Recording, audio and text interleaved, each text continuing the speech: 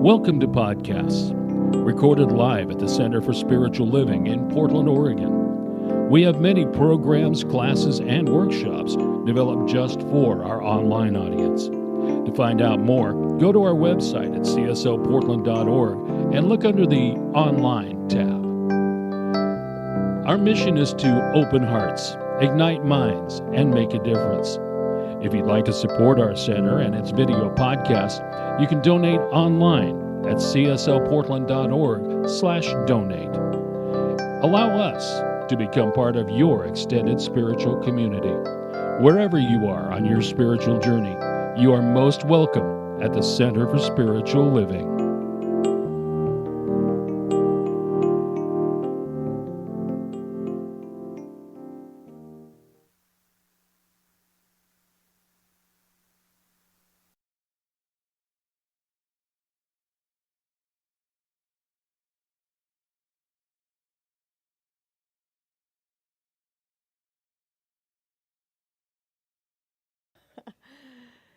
So, we're ending a three-part series today that I've been calling Writing a New Chapter.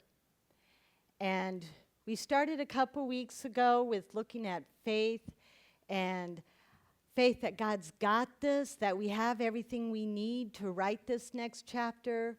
And last week we looked at love and the power of community, and how that creates strong community members so we could do the great work that we're about. And today, has already been highlighted, our topic is devotion and responsible stewardship. And I say this right away because some of you may have arrived knowing the talk title, and I want to put you at ease that I'm not talking about money, okay? There'll probably be a day for that, but today's not that day. So we're talking about stewardship in many other ways, in much the way that that song spoke about and what all of us can do. And in thinking about writing a new chapter, we can look to authors. You know, authors, I often hear great authors say that the characters and the stories have a life of their own. They just exist. And some authors will even admit, man, these characters are in my mind and they're talking to me all the time and they just won't leave me alone until I write their life story, until I let them express. Because these authors, they feel a fondness for these characters, even the ones that kind of are a little hard to feel fondness for. They feel devoted to them, and they want to let these characters express. G.K. Chesterton put it this way. He wrote that great books tell us the truth about the hero. Bad books tell us the truth about the author. Right? Or as Ray Bradbury put it, he said, find out what your hero or heroine wants, and when they wake up in the morning, just follow them around all day. Because the best books come forth when the author is devoted to the characters. And we know what devotion is, right? We feel this for a lot of people, that kind of love and caring that makes us want to do anything for them to help them live and thrive and express. This is the kind of devotion we feel for our spouses and our partners and our children. It's the kind of devotion we feel for great causes that we believe in.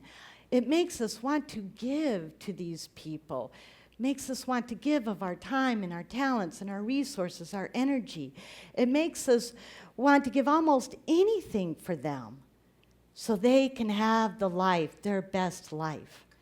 And this is the kind of devotion that I'm talking about today for this community. Our devotion to our spiritual philosophy, and our vision of a world that works for everyone, our devotion to our community members, and wanting them to thrive and be well cared for. That's the kind of devotion I'm talking about today. And we often hear in communities, in spiritual community, that if you care about your community, you have to take ownership. And I realize in this moment that it's often said with that energy of, you got to take ownership, right? But I prefer being a steward or good stewardship. And the difference that I kind of feel is an energetic difference between the two. Ownership implies I have rights, I'm going to get my due. Where stewardship is, I have responsibilities, I'm going to serve and give. Stewardship comes from being devoted, like I said, to the community and what we teach and that high vision we have. That's why I prefer stewardship over ownership. And we hear a lot about stewardship right now and environmental stewardship, and the fact that we need to take care of our Mother Earth and our abundant resources. And when we hear about environmental stewardship, we sometimes hear the wisdom from the Haudenosaunee Confederacy, also known as the Iroquois Confederacy, this concept of 7 generations, that when we make a decision, we should think about the impact on the next 7 generations. And this great indigenous wisdom is indeed about making decisions and contemplating its impact on 7 generations forward. But if you really study it, it's also about looking back 7 generations, because it's really about relationships. That wisdom in the 7 generations is, what is my relationship with my ancestors? What is my relationship with my descendants? And how do I honor that relationship in my now present moment? And that's the perspective that I want to take, or encourage us to take, when we write, as we're writing this next great chapter, as we're discerning what that is for this community, for Portland Center for Spiritual Living. Let's look back and let's look forward and bring both of those into the now moment, right? And to look back means to look at our community ancestors and respect what they've given us, and we do that through gratitude.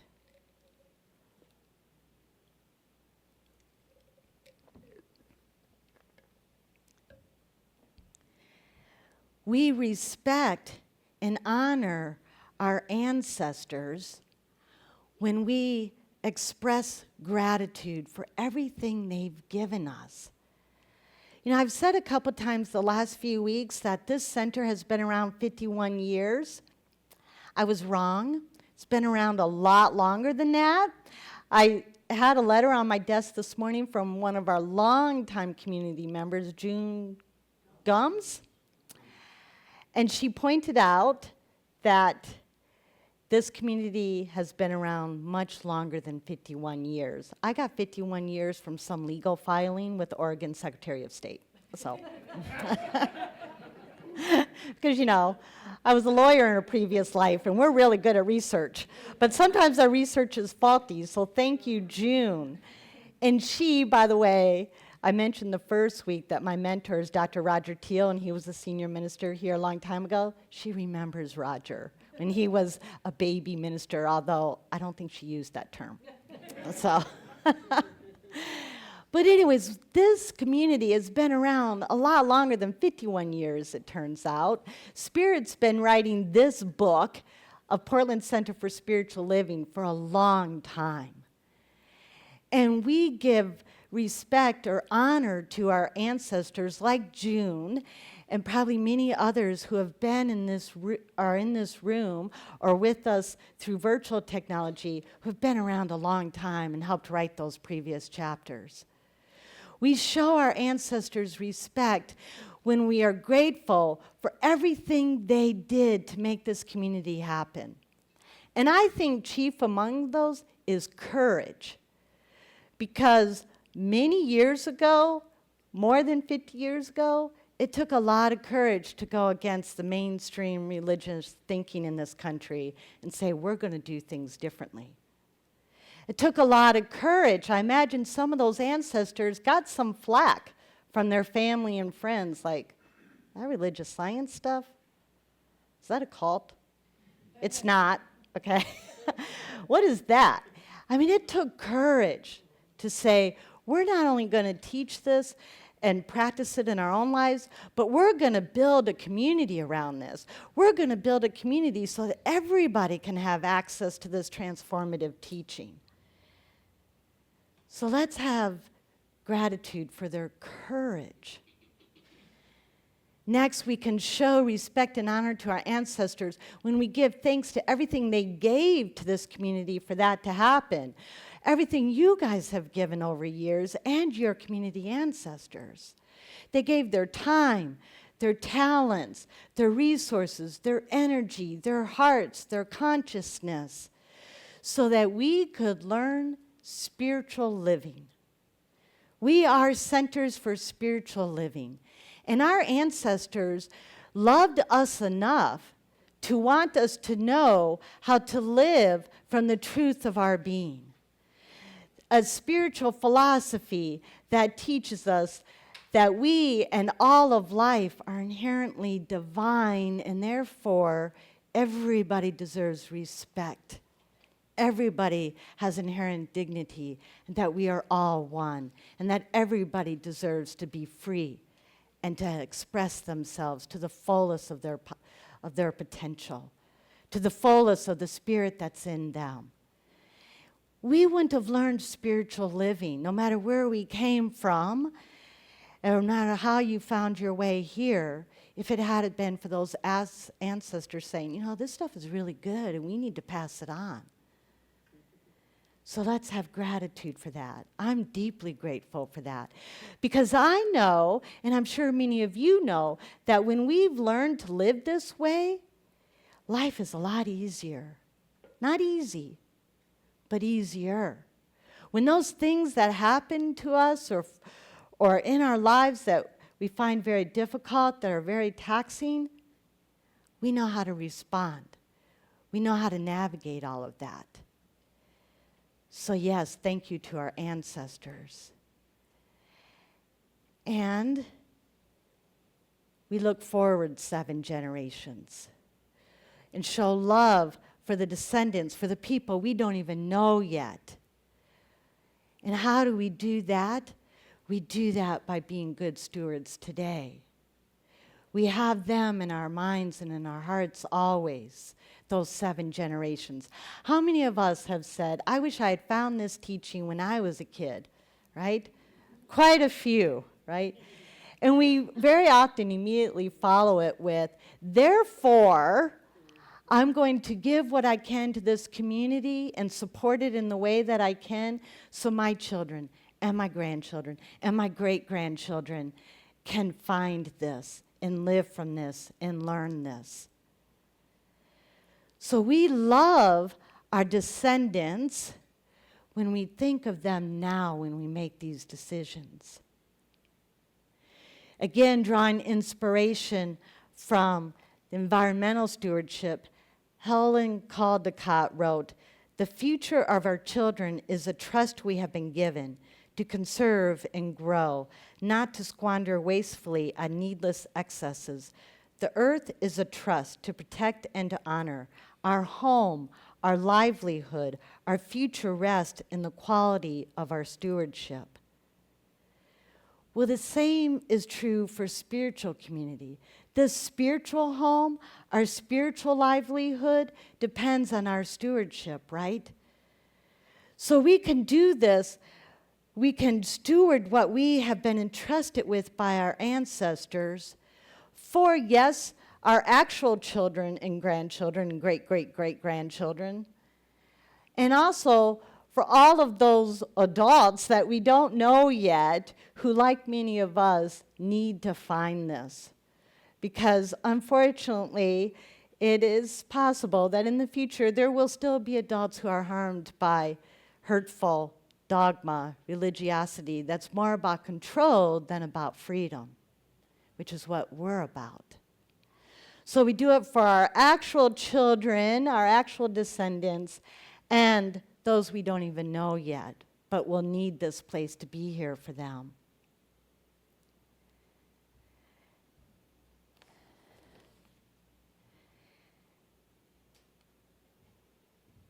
And we do this in the now.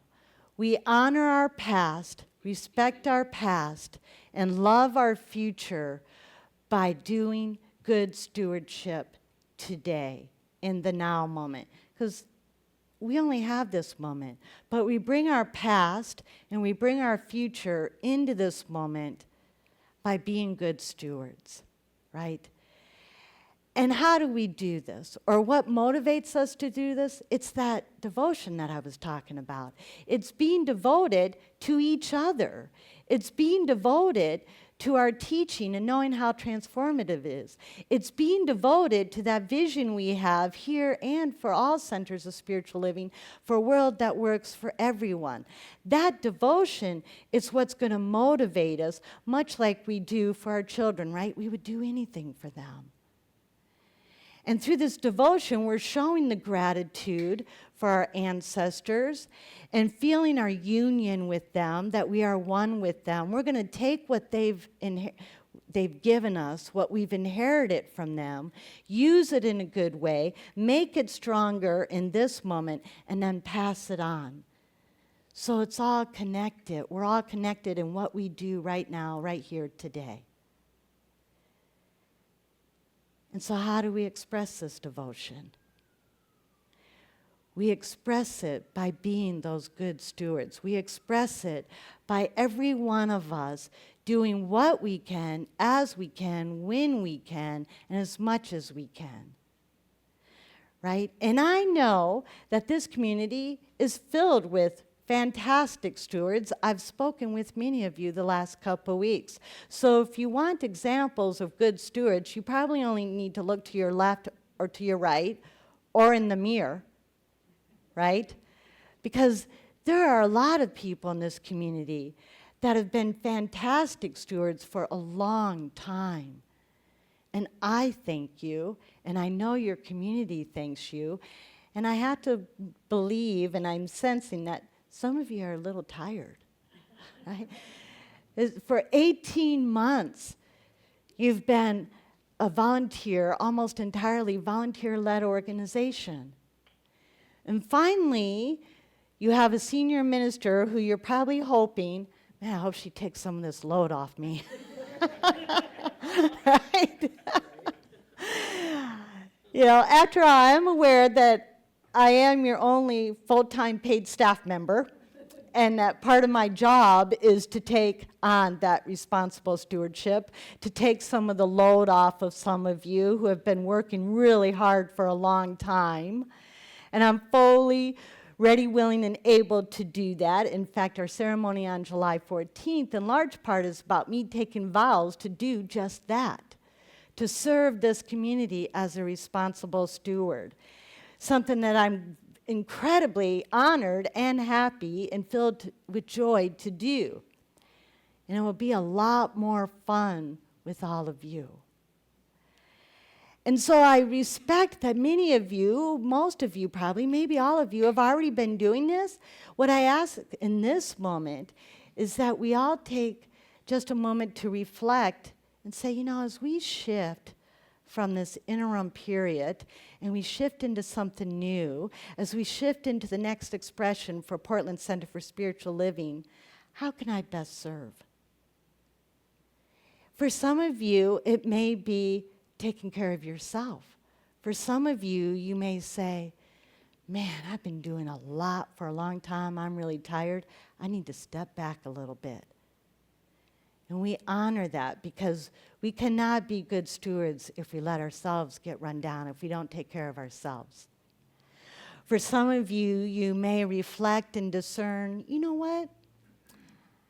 I've been doing this, but maybe I'd like to shift over here. I feel something new coming up or coming through. Maybe I'm going to shift how I serve, how I give of myself. Some of you may do some inner contemplation and realize, you know, so-and-so's been doing something, some task for a long time. I feel called to help them, to take some of their load. Some of you may discern that, you know, I wasn't able to serve at a high level before because I had a lot going on, but I'm able to now. And that's all I'm asking, is that all of us just take this natural moment where we're in this transition point to just reflect. And let me be clear, I'm not putting any pressure on anybody, okay? I'm well aware, and your community is well aware, that everybody has different things going on in their lives. We all have different commitments to our families and to our careers. We all have different abilities and resources and energy. What I'm saying is that if we all do what we can, as we can, whatever that is, because it all matters, because there's no big or small in the mind and heart of the one spirit and the one life, it all makes a difference, then man, there's nothing we can't do. You know, I'm often inspired. Thank you, Ben. For those in virtual technology, he gave me a little this. Okay. I'm often inspired by the men in that book, Boys in the Boat. Yeah. The men's University of Washington rowing team that went to the 1936 Olympics, and they won the gold medal against great odds. And that is what the book is mostly about. And that's what the author wanted to bring through. But you know what I found most inspiring in that book is when Joe Rance, one of the actual crew members, spoke about the team. You know, remember, this was during the Depression.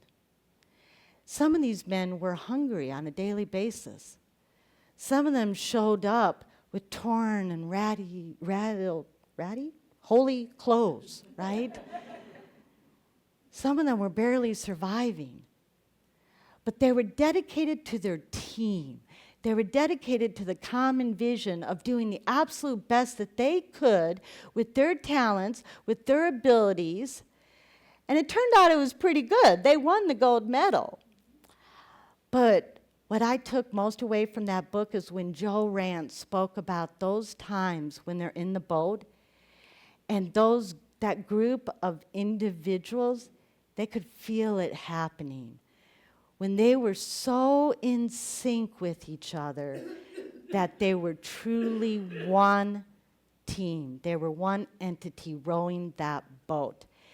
And Joe says that in those times, when they were perfectly aligned with each other, their rowing became effortless.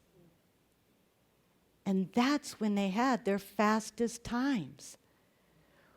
With the least amount of struggle, that's when they had their fastest times because they were so in sync with each other.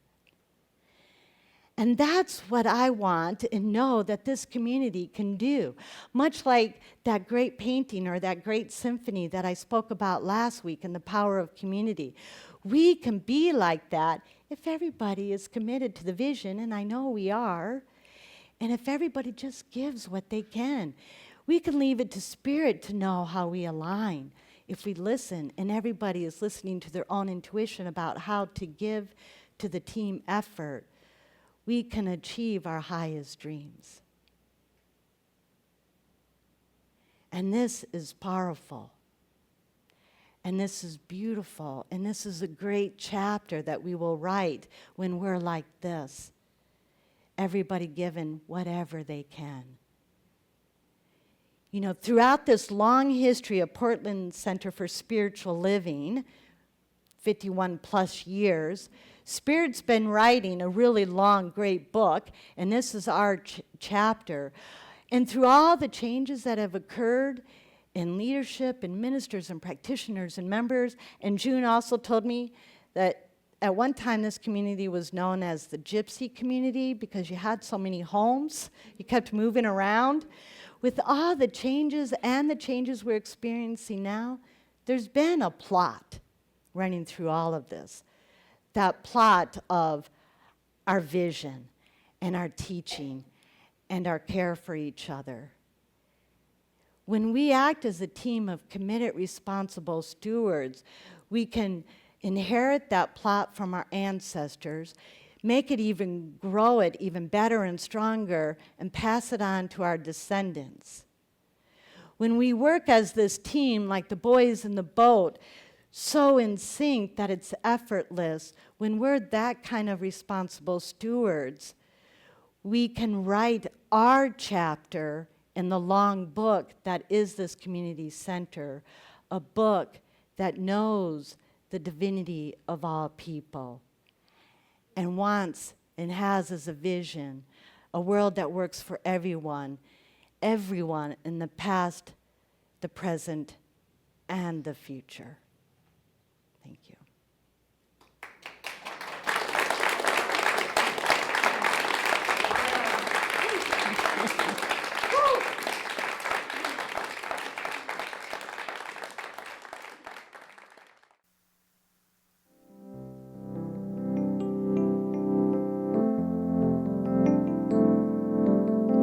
We hope you enjoyed today's podcast. If you happen to be in the Portland, Oregon area, we'd love to have you visit in person. The Portland Center for Spiritual Living is located at 6211 Northeast Martin Luther King Jr. Boulevard. Our inspirational service is at 11 a.m. every Sunday. We also have many programs, classes, and workshops developed just for our online audience. To find out more, go to our website at cslportland.org and look under the Online tab. We have a variety of content dedicated specifically for our podcast listeners. Our mission is to open hearts, ignite minds, and make a difference. If you'd like to support our center and its podcasts, you can donate online at cslportland.org/donate. Our website is also the place to learn more about what's going on at the center or to contact us. Allow us to become part of your extended spiritual community. Wherever you are in your spiritual journey, you are most welcome at the Center for Spiritual Living.